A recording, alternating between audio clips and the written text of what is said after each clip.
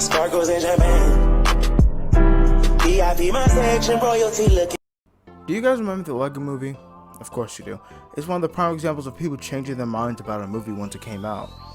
People thought this movie was just going to be 90 minutes of shameless advertisements with a poorly written and directed story in between. And honestly, I don't really get why. We got the Bionicle movies, which are pretty good. We got the Lego Adventures of Clutch Powers, Ninjago, and that's all we have. That's all we have. But I do kind of get why some people thought the Lego movie wasn't going to be good. Just because the company's other work is good doesn't really mean the new thing is going to be good. That has happened before. But this movie did have something that the other ones didn't. Phil Lord and Chris Miller. Now, if you don't know who these guys are, here's some things that they've written / directed. 21 Jump Street, Clyde with a Chance of Meatballs, the Spider-Verse movies, Clone High, and Cocaine Bear. Now, that's not it, but those are some of the big ones. And with one stacked casting later, the movie came out. Does it still hold up today?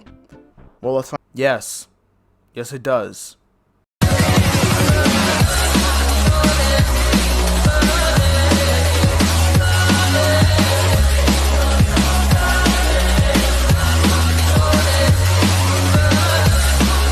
Where to start, man? There are so many little details that I didn't get before, but now coming back and watching the movie after 9 years?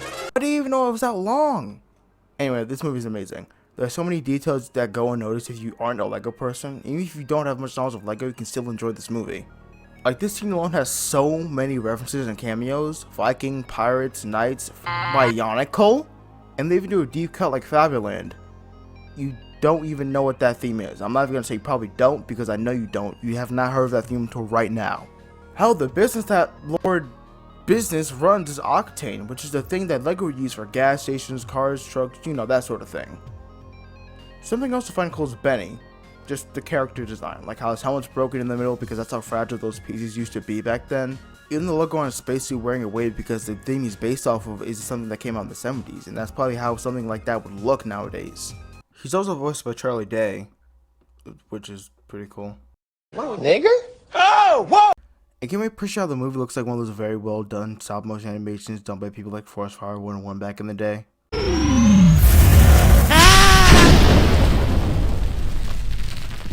There are so many things I haven't even mentioned yet, like the creative use of alternate faces with Good Cop and Bad Cop, where we see a master builder build something in the movie, we see the piece game as well as the piece number. The relics that Lord Business has are real world items, the Krago being just a worn down glue bottle and the piece resistance being a cap to it, and so much more.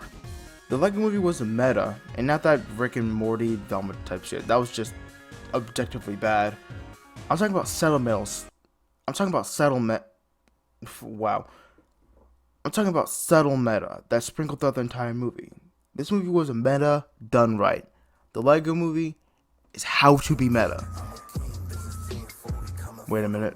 Hit me little pussy and you gonna be out of love. This that 40 for popping guns, leave your lungs filled up with mud. We accept the hits and drop or leave your body in the truck. Do not fuck with us, I've been in for some blood.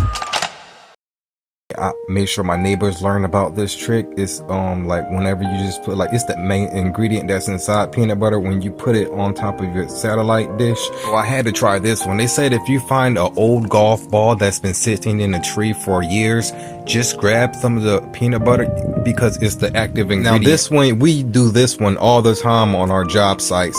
We usually just go to the peanut farm and make our own peanut with the main ingredient. Well, it's the active ingredient that makes this special, and mainly when you use this type of peanut, well, it's in all peanut butter, it's just it's the active ingredient that makes this compound so strong. When we used it the first time, we didn't think it was going to be possible, so look at that bond.